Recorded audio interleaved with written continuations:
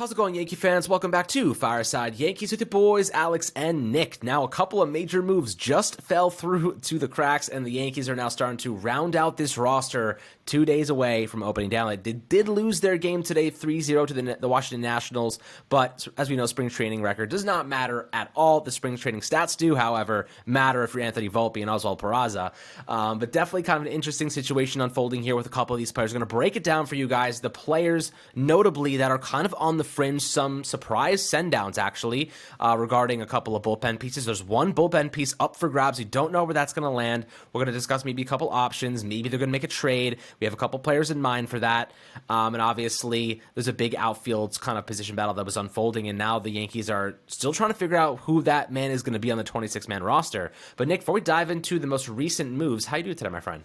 I'm good. I'm doing well. I mean, like you said, you hit the nail on the head there. Lots of moves have been happening. We're struggling to keep up, honestly. Like, you post one thing, and the next thing you know, there's another piece of information that updates that. Then you're like, well, now we got to post that thing. And it's been like rapid fire over the past like 30 minutes or so. We've gotten like 4 or 5 different updates that have had people going one way, then the other way, then back that way. And who knows what the final move's going to look like. I mean, like you mentioned, both Estevan Florial and Rafael Ortega were named to the roster, but they're not really named to the roster because they haven't made a decision on it yet, but they're both going to New York. So I don't know what the Yankees are waiting on here unless there's got to be a trade in the works. That's like the only thing that I can think of. Because right now they've got a 5-man bench and a 12-man staff. So I don't know what they're going to be doing there, but it'll be interesting to see. I'm excited to talk in this episode. I'm excited for regular season baseball, dude. I mean, Thursday, thank God, cannot come soon enough. I know. We really have a interesting situation unfolding. And the Yankees have a couple big decisions to make. And let's start with the first big one regarding the outfield kind of situation unfolding with Rafael Ortega and Estevan Florial. So if you're not aware, the Yankees brought both of them to New York. They called both of them to New York, but they're still trying to decide who the guy on the 26-man roster is going to be. Now, we know Estevan Florial does not have any minor league options left, so keep that in mind.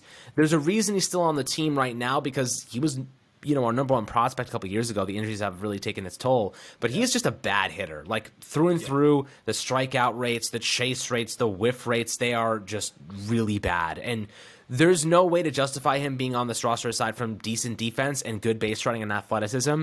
But offensively, he's a massive liability. He hit 163 with a 280 OBP, over 43 at-bats, had 7 hits and a home run and 8 RBIs, but he did steal 5 bags, matching Anthony Volpe's total, 536 OPS. This is a player who's really struggled offensively. He did over the Winter League as well. And the Yankees, you look over at Rafael Ortega, and he hit 158 with a 327 OBP, 801 OPS, so better there, but still average not so good. Still had 3 homers. Launched one yesterday. That was an absolute rocket. 7 RBIs, 2 stolen bags, over 38 at-bats. So Rafael Ortega has been objectively more productive. He objectively has more MLB experience. So I would lean in the sense that if Florial's not going to be a long-term solution, you move on, make the decision. Ortega's your guy. That's my take on the matter. No, absolutely. I mean, look, I know a lot of people are going to come to defend Florial and be his white knight for whatever reason, but he's not an MLB player. He's the definition of a quadruple A player. Everyone likes to point to, well, look at his AAA stats. Those are AAA stats. Those are against guys that do not crack the roster. A lot of the pitching in AAA is not major league pitching. It's a lot of old guys, like 30, 31 years old, that are not going to cut the roster. You look at AA, and that's where a lot of the talent is. But Florial, look, he's a great AAA player, but he's not going to be an MLB caliber player anytime soon. And I don't think it's going to happen with the Yankees. But the problem is I know people can dispute me on this if they wish, but Brian Cashman's pride's not going to let him let Florial leave for nothing unless he has to. The only reason I think Florial making the roster wouldn't be the worst thing in the world is because they can just DFA him here in a couple of weeks when Harrison Bader comes back. But then it's like, well, why would you call both he and Ortega on the flight to New York so they can both just sit on the flight and sit there and think about what they could have done better? Like, if you look at spring training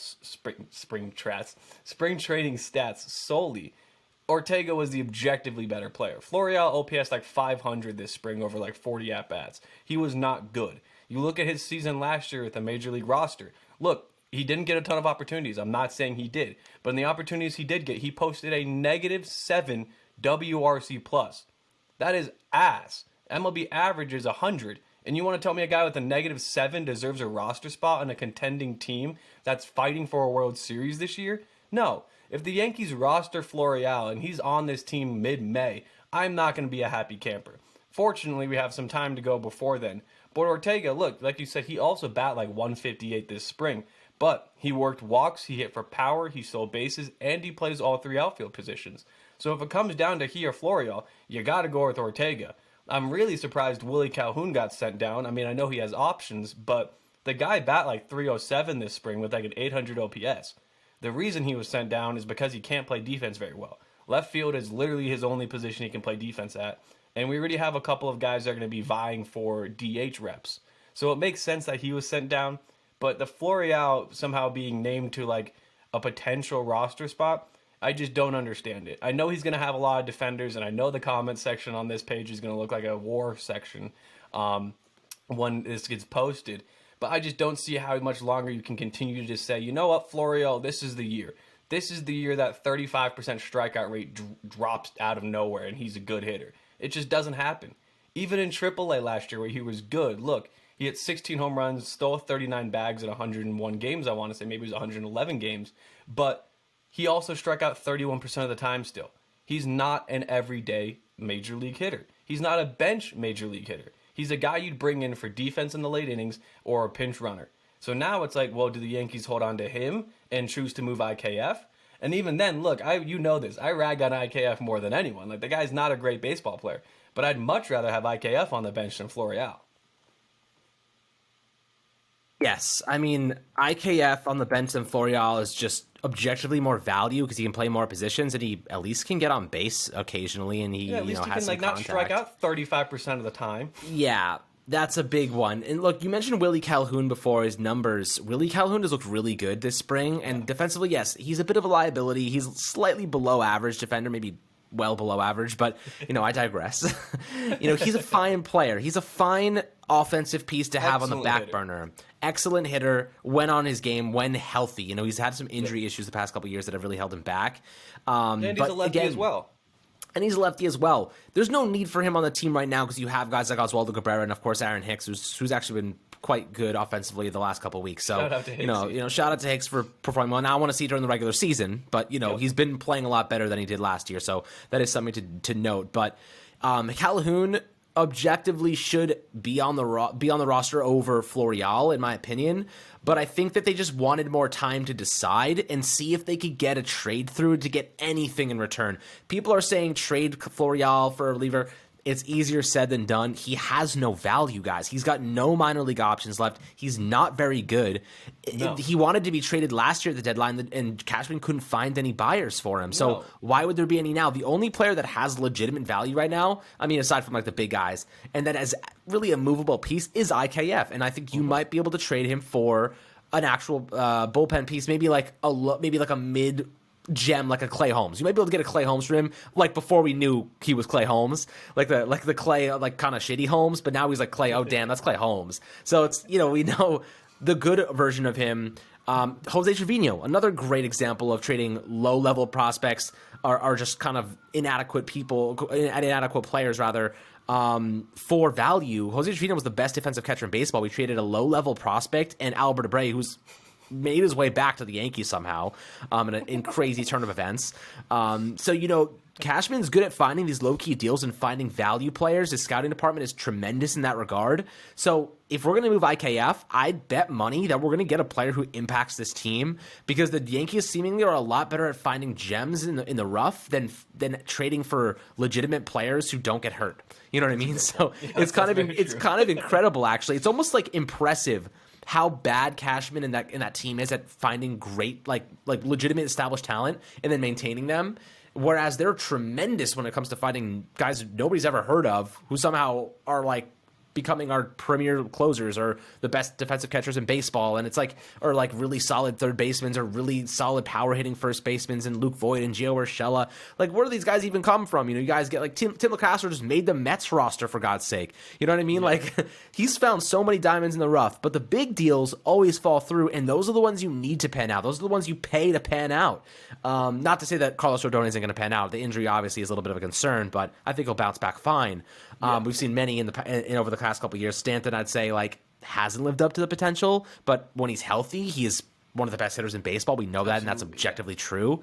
So I'll say this: I think IKF has moved, and I think they find a nice little diamond in the rough for him.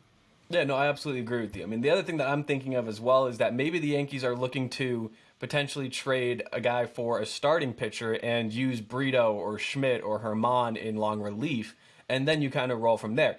Either way, it's going to be an arm. We know that for a fact. Like the fact that the roster is constructed as it is, you know it's got to be an arm that they're trying to get, or maybe they're going to look to sign someone. But honestly, I don't even know if there's really anyone out there that's like good enough to sign to bring on, because that's the other thing that I'm kind of confused about. Ian Hamilton in spring training shoved. He threw 9 shutout innings of baseball with 5 strikeouts, and he's got a great cutter that plays up nicely. Matt Crook pitched really well as well, and he's a lefty, and we only have one lefty in the bullpen. He got optioned down. Greg Weissert, a lot of people thought he was going to be a sleeper guy that could maybe nab a spot. He got optioned down. And of course, Davey Garcia. He's been around for a while, and he had a nice little resurgence spring training. He was optioned down last week. So it's like, what are we doing? We have to have something in the works, but the one thing I do worry about is that we're going to get an arm that has been mid for the past couple of years when we have a couple of guys that are at that AAA level right now that are ready to pitch. Look, I know Ryan Garcia is our own guy, Ryan Garcia, is an avid Albert Abreu supporter, and he pitched pretty well last season when he came back over to the Yankees, but that was over like 20 innings. I'm not a believer that Albert Abreu is a major league caliber arm, and yet he made the roster with no questions asked. He did not pitch well at all this spring, and they just handed him a roster spot. And I get he has good stuff. I'm not going to say he doesn't. But I do worry that he can't locate half the time, and he gives up home runs left and right. So it's like, how can you say that he is really cut out for the roster, and Jimmy Cordero as well? No disrespect to Jimmy, he pitched quite well this spring. But those other 4 names I just named aren't. Like, Jimmy Cordero was in AAA Scranton last year, too. So I'm trying to wrap my head around the way this roster is being constructed currently. And like you said, IKF is the most likely guy to be dealt because in the current roster construction, he's the one that's not going to see much playtime, but still has the most value. The one thing I do worry about, and I know this is probably not really to be worried about now that Peraza is optioned down as well, is maybe they're still trying to move Gleyber Torres for all I know. And if they are, I'm going to be kind of mad about that. Like, look, Gleyber had a great spring. He didn't do amazing in the World Baseball Classic, but a lot of the time he was kind of benched because of the option to play Jose Altuve ahead of him until Altuve got hurt and broke his wrist. Or maybe it was his thumb or something. But I'm just trying to figure out what the Yankees are going to be doing, what they're going to roll into the season with, because that's the other thing. If you're a team and you're like the Yankees are calling you to try to do a trade, you just saw all these moves they made. You see the fact that they don't have a bullpen arm right now, so you know exactly what they're going to be calling you, asking you for. And let's not act like IKF is this beast player that everyone's calling up wanting, because if he was, he wouldn't have been picked up for a $6 million option before anyone else was picked up last season for the Yankees. He was the first guy the Yankees chose to bring back and re-sign, which is just still ludicrous to me. But I'm just trying to figure out what they're doing, and there's so many moving parts behind the scenes right now that I'm willing to bet once we get this episode out, probably 8 minutes after, it'll be like, the Yankees have traded. And I'm like, really? You know, really? You couldn't have done it like an hour ago? But maybe they also could finally maybe find someone for Donaldson, because he just had an amazing spring training. That new stance and the new mechanics he was putting together really did work for him. I don't know if it's going to lead to long-term success, and his $27 million owed is not the easiest number to move. But maybe there's a team out there that will now take a flyer on him, because apparently all offseason they were fielding calls on Donaldson, IKF, and Hicks. So I don't know, man. It's so many confusing moves right now. And the Ortega-Florial move to take them both. Look, I get it's a business. I'm not going to say I don't understand that side of baseball. Baseball is a business at the end of the day. But how can you bring 2 guys and say one of you guys is going to make the roster and the other one's not, but we're bringing you both to New York, so that way you guys will be here and be ready to go? But it's just odd to me. Like, what are they going to do? Are they going to snap a pool stick in half and drop one of the sticks on the plane and be like, here you go? Who wants the spot? I have no idea. I don't know, man. This seems like pick it. It's like, pick your name out of the hat. Whoever's name is on the piece of paper, like, is the one that's on the team. Draw straws and like one of those. Yeah, exactly. This feels like one of those scenarios. Like, we're gonna have you guys play a game of pool or something. Whoever wins stays on the roster. Like, it's that interestingly like close. But yeah, let's talk about the bullpen pieces here with Ian Hamilton and Greg Weissert getting kind of sent back down to AAA. Greg Weissert had a kind of an up and down spring. He ended up with a 3.68 ERA, which isn't terrible, over 7.1 innings, 7 strikeouts. So he wasn't bad. He had some inconsistencies. I'll give you kind of his like game by game breakdown. The last game he pitched against Toronto 2 days ago, 1.1 innings, looked smooth. He gave up an earned run on March 23rd. Didn't give up a run on March 12th. But he, over his last 5 appearances, he gave up 3 earned runs. So I just think the inconsistencies ended up biting him in the butt a little bit. Yeah. When it comes to Ian Hamilton, he was great. Like, Ian Hamilton was objectively very good. 27 years old.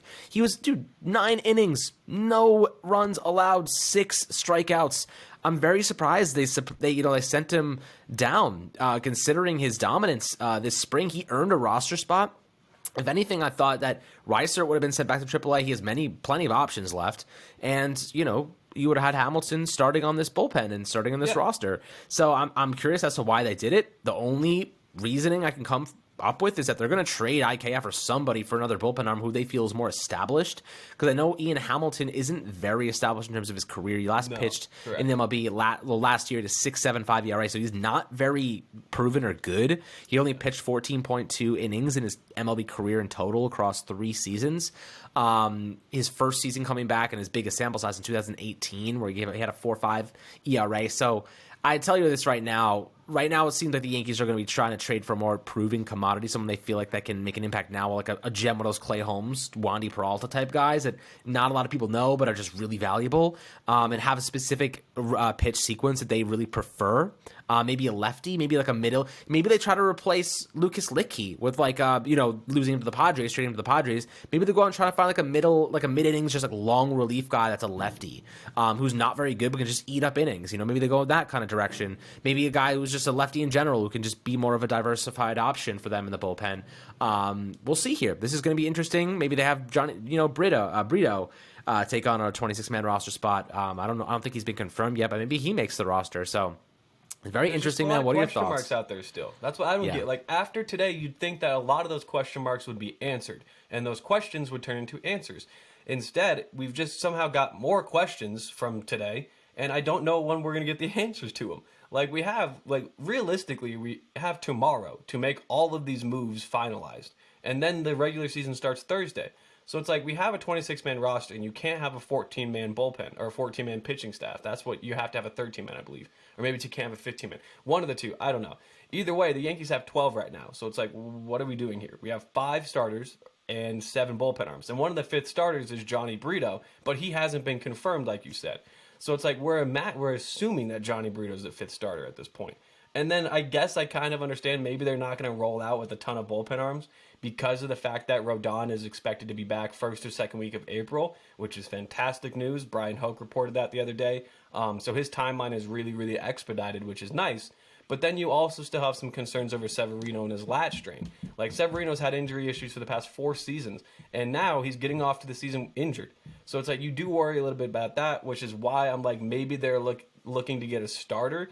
But then you can't trade IKF for any decent starter. No smart team in baseball would trade and establish 3 or 4 for IKF.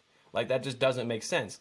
And like you said, the bullpen, you could find a gem out there. But the one thing I do worry about is that what if this is the one time where the gem doesn't turn out to be a diamond in the rough? What if it's just a piece of coal in the rough? Like, what is it? What do we do then if we trade IKF for a guy that ends up not even being a factor come May and June? At that point, I'll be, for one, never thought I'd say this, I'll be like, damn, we traded IKF for that? I mean, granted, I've been clamoring for IKF to get traded for weeks now, months now, years. But it's years. It's been a year. But I don't know, man. Like, last year, we saw the Donaldson and IKF move happen a week before opening day. We saw Gio Sherrill get shipped off. Luke Voigt was gone. Like, they always say we have plans and we know what we're doing. We're rolling with this. And then that's not exactly how it works out. So I'm excited for this next 24 hours. Like, legitimately here, realistically speaking, 24 hours is what we're going to see a lot of these moves probably take place. Yeah, and we're going to be right on it. We're going to be on top of all of it for you guys. Make sure to drop a like and subscription below on the Fireside Yankees YouTube channel. All the news, anything that drops, we got you covered on all platforms. Make sure to follow us on Twitter, Facebook, Instagram, TikTok, and all the rest. You're not going to miss anything as we get very close to opening day. We're only 2 days away, and there's a lot left for Brian Cashman, this Yankees team, to do. And it's going to be a fun season, so we hope to enjoy it with all of you guys. As always, enjoy the rest of your day, and we'll catch you guys on the next Fireside Yankees episode.